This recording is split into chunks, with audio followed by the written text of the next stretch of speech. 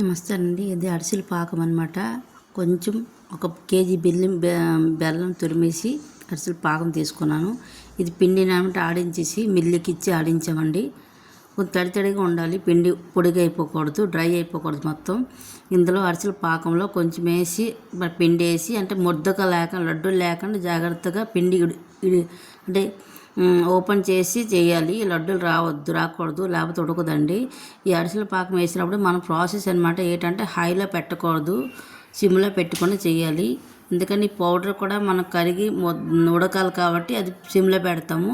Next ఏంటంటే ఇది జాగ్రత్తగా కలుపుకోవాలి. లడ్డూలు లేకుండా చూసుకోండి, కరెక్ట్గా మెజర్మెంట్లో వేసుకోండి. నేనైతే ఇలాగే చేశానండి. మళ్ళీ ఈ అరిసెల పాకంకి కేజీ పిండికి కేజీన్నర బియ్యము తీసుకున్నానండి. నేను ఇది ప్రాసెస్ చేశాను. మీరు ఎలా చేస్తారో ఒకసారి కామెంట్ రూపంలో చెప్పండి. బెల్లం ఎక్కువ స్వీట్ తిన్నోళ్ళు కేజీకి కేజీ చేయాలి, లేదంటే అర కేజీ చేసుకోవాలి.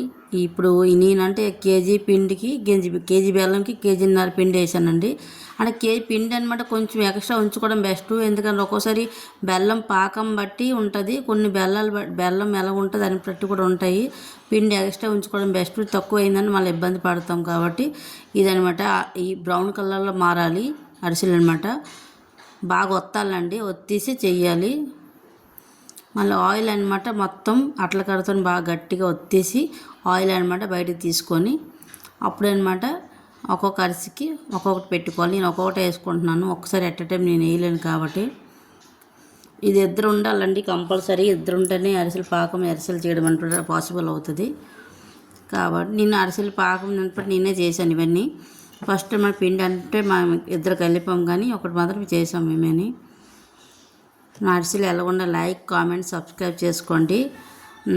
ఎలాగున్నాయో ఒకసారి కామెంట్ రూపంలో చెప్పండి. నేను చెప్పిన ప్రాసెస్ ఎలాగుందో అది కూడా కామెంట్ రూపంలో చెప్పండి. థ్యాంక్ యూ అండి ప్రతి ఒక్కరు వాచ్ చేసినందుకు. నా అరిసెలుకి ఫస్ట్ టైం రెసిపీ ఎలాగుందో ఒకసారి ప్రతి ఒక్కరు షేర్ చేయండి. నచ్చితే లైక్ చేయండి, కామెంట్ చేయండి. థ్యాంక్ యూ అండి. అరిసెలు రెడీ.